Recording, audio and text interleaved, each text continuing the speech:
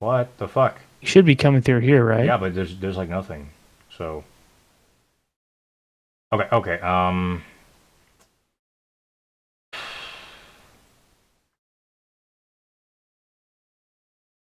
Discord out. Okay, what's the what's coming out? What's the out for Discord? Go to the gear icon for Discord out. Properties. That's your problem. No. Okay, change that to like cable output. Cable output. Okay. And go to there we go. voice meter. Oh shit. Now you're coming through. All right, cool. That's good. All right, it's all good enough. So how do I sound? You sound the same. Am I? You're a little quieter than the video, but if you turn the video down in the video, then I can't hear the video anymore. It's fucking weird. It just starts like cutting out in and out.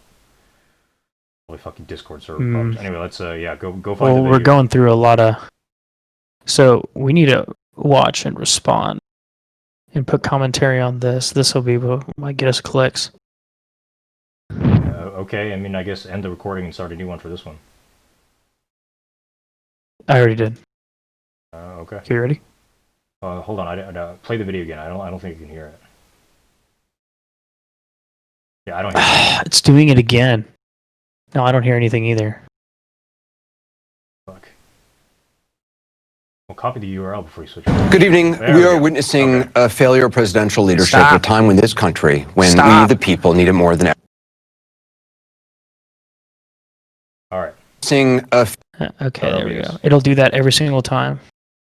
When I get to a new video, it does that. Okay, you ready? All right, let's go. Showtime. It is. All right.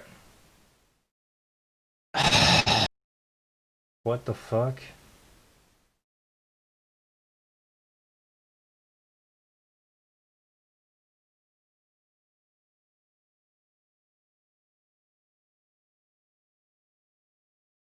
Okay, I'm just going to, fuck. Good evening. We are witnessing. We're gonna have to deal with that. So I'm not gonna deal with that. Fuck off. What are we doing? We're going back to Chrome. Okay. This way. Good evening. We are now. More fake news. Orange man. Witnessing a failure of presidential leadership at a time when this country, when we the people need it more than ever, perhaps in our lifetime.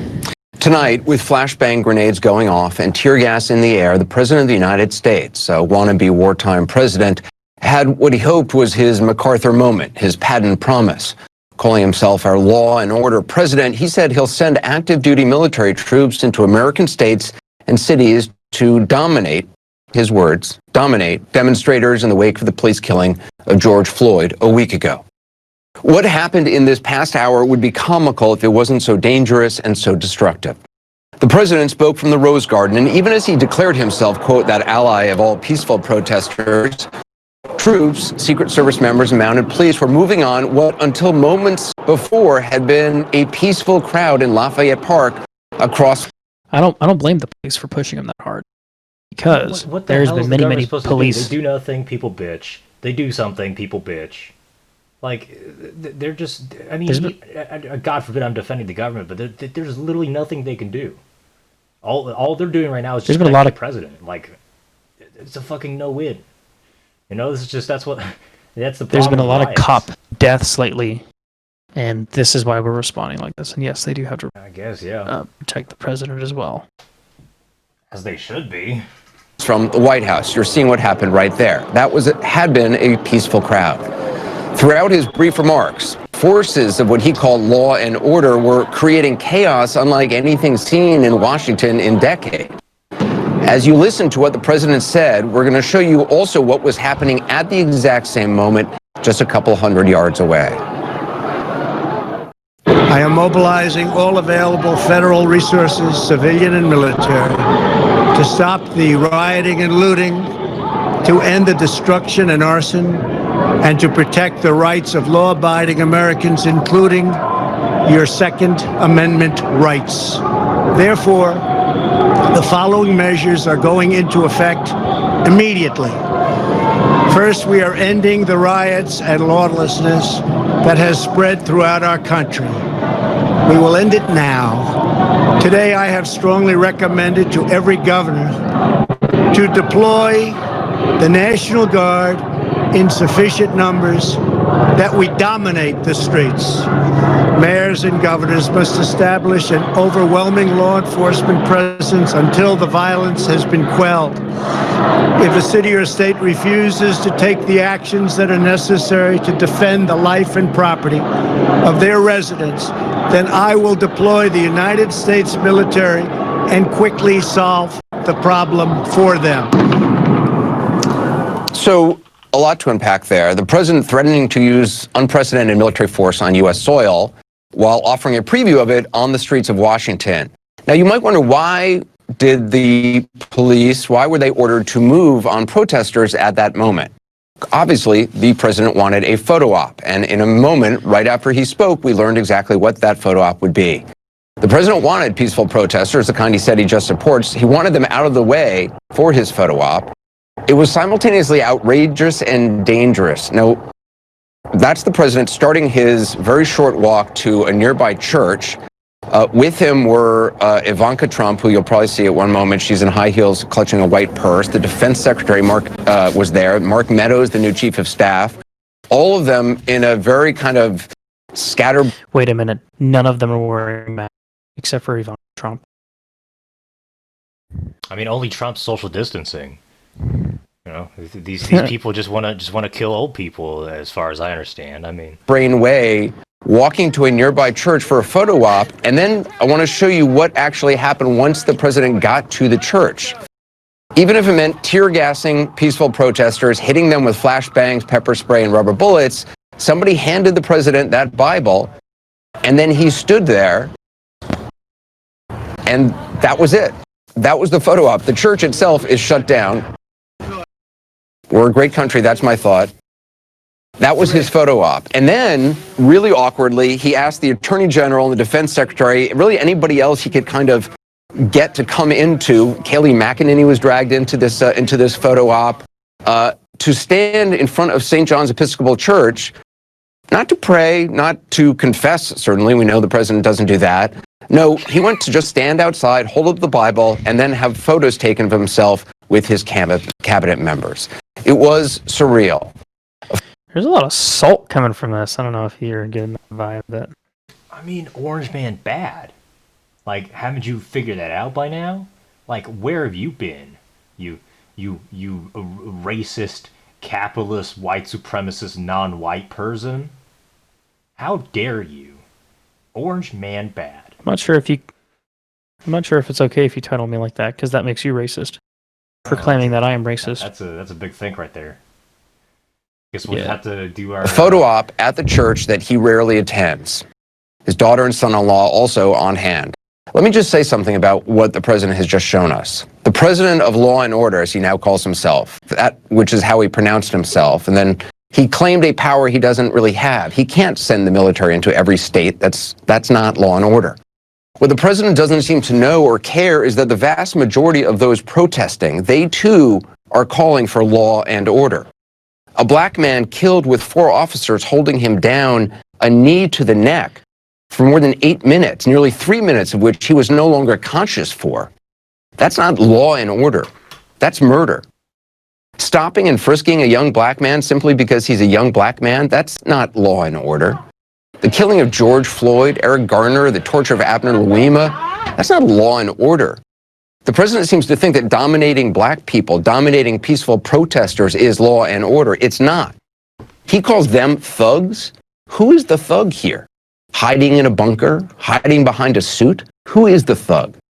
People have waited for days for this wannabe wartime president to say something. And this is what he says, and that is what he does. I've seen societies fall apart as a reporter. I've seen people dying in the streets while protesting. I've seen countries ripped apart by hate and misinformation and lies and political demagogues. They are spreading misinformation. Doing everything he just said he... I mean, he just summed up the left rather accurately. You know, like what does the right do when they protest? They sit there, you know, crossing their legs, and they clean up their trash afterwards, like good little boys. That's what the right does when they protest. What does the left do when they protest? They literally burn everything down. And we're trying to pin Orange Man bad. This is just like, look, if Trump gets reelected, this is not going to stop. In fact, they're going to double down as the years go on. And then when 2024 they lose again, which is total 50-50 shot. I don't, who knows what the fuck they're going to do at that point. They're probably just going to resort to like straight up instigated violence. You know, these mobs will continue to build as these years go on. And when 2024, that's fucking go time. That's put up or shut up. The right better pull its pants on and pull out their guns and start pointing at them and start shooting. Otherwise, they're just gonna get trampled. Because this happens every 2 years. This happens even more frequently than the elections. So, you know, lead, follower, get the fuck out of the way. Careful now. You might be inciting violence by telling people to defend themselves. Well, I guess the police chief is too. And notice how the media isn't talking about the Second Amendment right now, because there are businesses out there that because it's so unpalatable. Who the fuck's gonna listen to it? Like, that's the end of their career. It's like, you're telling me I'm literally just supposed to sit there and let everybody burn my business down? Fuck you. You're just telling me that there are plenty of businesses out there. You're just gonna tell people with the owners standing outside. Yeah. You're racist if you defend your property from people who are trying to like pretty much kill you and take all your shit. You know, that's the end of the mainstream news career if they start telling people that. So that's why they shut the fuck up about gun control. So, you know, they gotta get the clicks, and the Orange Man bad. So sometimes it's you gotta do a trade-off. You know, you can't Orange Man bad too hard before you just really lose. You know, you lose track with your primary customers, your viewers. So now they got to dial it back a bit. And now, since, you know, whenever these problems happen, all you blame is government, and whereas in reality, the real tyrant is the people. You know, why have one tyrant when you have 3,000? Right now, the tyranny is in the herd. It's not the farmer anymore. It's not the farmer taking care of the sheep. So the government, like, you know, the government's powerless in this situation. They're not going to open fire on the people, especially when the internet is literally watching every single second, and every single movement of the police is on camera. Then the whole country, both the left and right, will actually unite and tear apart the government. So, yeah, I don't know. What were the founding fathers talking about? They totally didn't think about. They forgot to think about the tyranny of the herd, because I don't know. It's just kind of hard to predict the future in the 1700s, I guess. But yeah, it's kind of hard to predict the future 200 years. So yeah, you know, again, the government is the government is by the people for the people. The government is produced. The government's power comes from the people. If people don't approve of the government, then the government is just a small number of people. What the fuck can the government do? The government is led by, you know, the herd. Like, whenever the herd tries to like barge out of the fence, the farmer runs to close the fence up, right? But in the end, who's leading? 1,000 sheep or the farmer? So the farmer's the government right now. And he's just panicking. What the fuck could he do? His sheep are about to barge out of the fence. And he's going to follow them. So right now the herd's leading. The herd is the tyrant that the libertarians should be freaking out about. The herd is what's barging into your businesses and taking all your shit. It's not the government anymore. It's not like, you know, it's not like Julian Assange getting this fucking crazy underage prostitute sexting done on him by the government. It's not Al Capone being busted for what the fuck was it? Tax evasion. Right now this is the tyrant. You're facing the tyrant right now. Well, I mean, through the screen on the news. And it's not just one tyrant. It's literally thousands of tyrants. That's you know who these sheep are going to follow. They're going to be following the farmer with the bucket of corn, or the farmer with the bucket of welfare and empty promises. And here's where the analogy kind of, you know, starts to suck, because the herd is chasing the farmer with a bucket of corn, and the corn's like welfare, right? But where does welfare come from? It comes from the people. It comes from taxes. So these people are demanding, give me free welfare, but don't you dare raise my taxes. And the government tells them, we literally don't have money anymore. And I'm not here defending the government, but I mean, literally, we're like what, in like 23, 24 trillion dollars in debt right now at the federal level. So there's just no more money left. Well, you revolt against the government. They don't there's have an money. easy fix to that. We just stop funding the military. Duh. Yeah, and we still have like 60% of the budget to go. Okay, yeah, we'll have like a little bit more welfare, but that's just only gonna like delay the inevitable collapse of the Fed for just a few years. And now you have this, like, people are gonna revolt. The government says, I literally don't have money, and then the people start revolting even more because they don't believe the government, and you shouldn't really trust them anyways. You shouldn't be relying on the government for fucking money to begin with. And then eventually, I don't think it's really going to take violence for the government to fall apart. The government's going to run out of money. Nobody's going to work for them. The politicians are going to get probably have their heads fucking strung on a tree, and you'll have communist anarchy until like one of the, I don't know, some black communist, some like neo Black Panther going to take over, and America will turn into South Africa until the food runs out, and then. We'll have a culling of the herd, and then hopefully the smart people have fled to a different country, and come back when the dust settles, and then only then can we rebuild. So whenever this collapse day is, which I don't think actually won't be a day, it'd be a very gradual procession that would take at the very least, one entire year. This downslide. It will be over in like 10 years. That's the good part. The bad news is that you need to find a way to protect yourself during that time, either by forming a no-go zone like the Muslims or the Amish or the Mennonites, the Orthodox Jews, or by fleeing, going to like, I don't know, Japan or whatever, and go bang some robots and jerk off their hentai until America's fucking caught Venezuela moment. And racism. We can't let that happen here. Of course, violence is no answer, but people protesting deserve answers, and they haven't gotten them. No matter how many black men have been murdered, lynched, imprisoned, mistreated, redlined, blackballed from jobs, we all know it. People protesting in the streets, they know it, and they're tired of it. And we should be too. There's a curfew in New York tonight at 11 p.m. And we remember another curfew, August 1943. That was the last time there was a curfew like this in the city. And you know what that curfew was caused by? 1943, a white police officer shooting a black soldier. The years change, the decades go by, and the sad truth remains. Let's go first right now to CNN's Alex Marquardt, who was on the street in the crowd just as the mayhem broke out in Washington. I shouldn't even say mayhem broke out. The peaceful protesters were pushed out, and that's what caused mayhem. He's with the protesters now and the police line. Alex, explain what you have seen, what's going on now. I'm with the few protesters who remain, Anderson. The president, in his remarks, said that the 7 p.m. curfew would be strictly enforced, and it has been. This was a curfew that was put down by the mayor of Washington, D.C., not by the federal government, of course.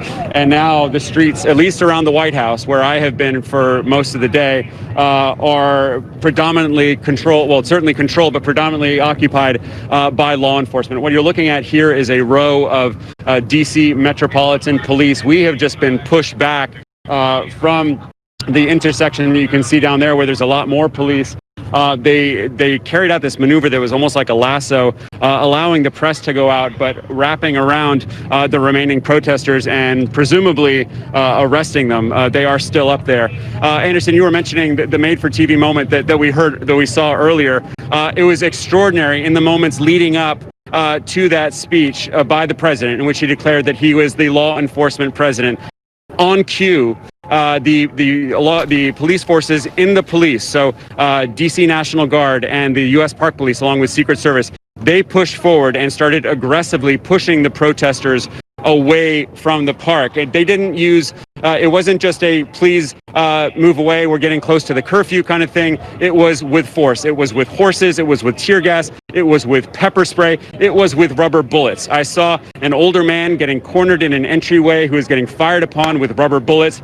Protesters going out to try to help him under a hail of rubber bullets. They managed to carry him away. He looked like he was having some heart trouble. So some incredibly disturbing scenes playing out here, Anderson, tonight. It is the kind of thing, as you noted in your remarks earlier, it's the kind of thing that I've also seen in places like Turkey and places like Egypt between Israelis and Palestinians. These are not countries that we should want to be compared to.